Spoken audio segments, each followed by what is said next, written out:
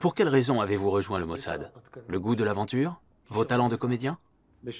Non, non. Je voulais servir. J'étais patriote. Un patriote sioniste ordinaire. Un nouvel immigrant qui estimait que contribuer à la sécurité d'Israël permettait de mieux s'intégrer au pays.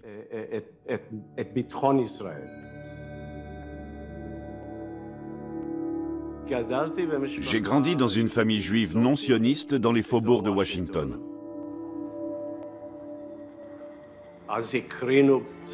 C'est à cette époque que j'ai découvert l'existence de la Shoah en regardant des documentaires qui commençaient à vulgariser cette histoire.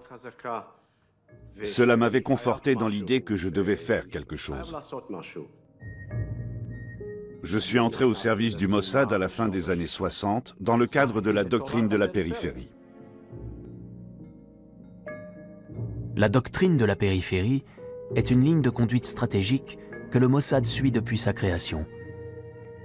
Elle vise à nouer des alliances avec des États périphériques non arabes en vue de contenir l'influence arabe dans la région.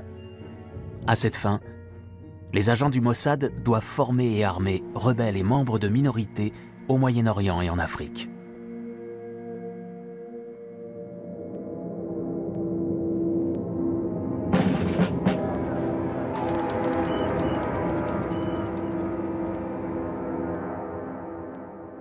J'ai débarqué au Soudan du Sud en 1969. Étiez-vous content de participer à cette opération? Si j'étais content, plus que content, j'étais enchanté.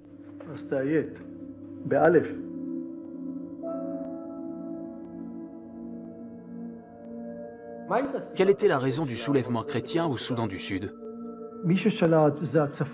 Les Arabes contrôlaient le nord et voulaient déplacer 1,5 million des leurs vers le sud. Leur idée était d'islamiser le sud. J'ai vu de près ce que les chrétiens enduraient, ce qu'on leur faisait. Ceux du nord agissaient comme bon leur semblait. Ils envahissaient, tuaient, massacraient, violaient, brûlaient les moyens de subsistance dans l'indifférence totale.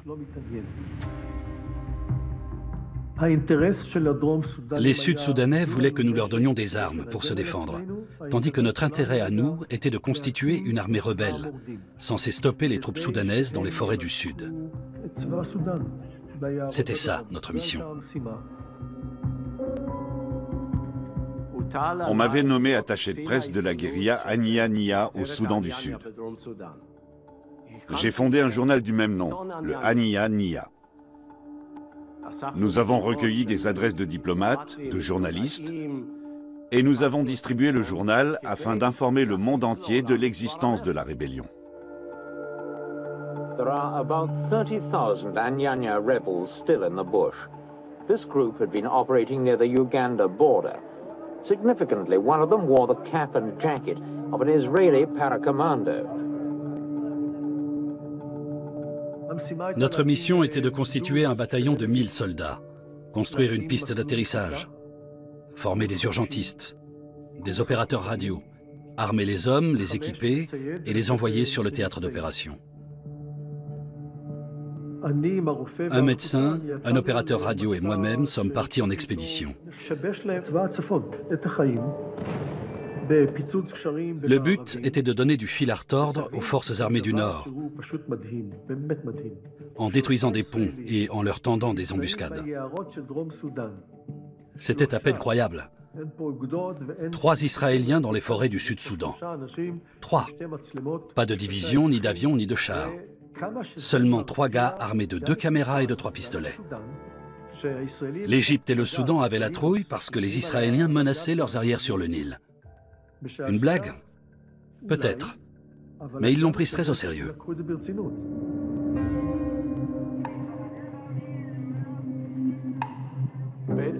Donc la vraie raison était d'affaiblir l'armée égyptienne et pas vraiment de fournir une aide humanitaire aux Soudanais.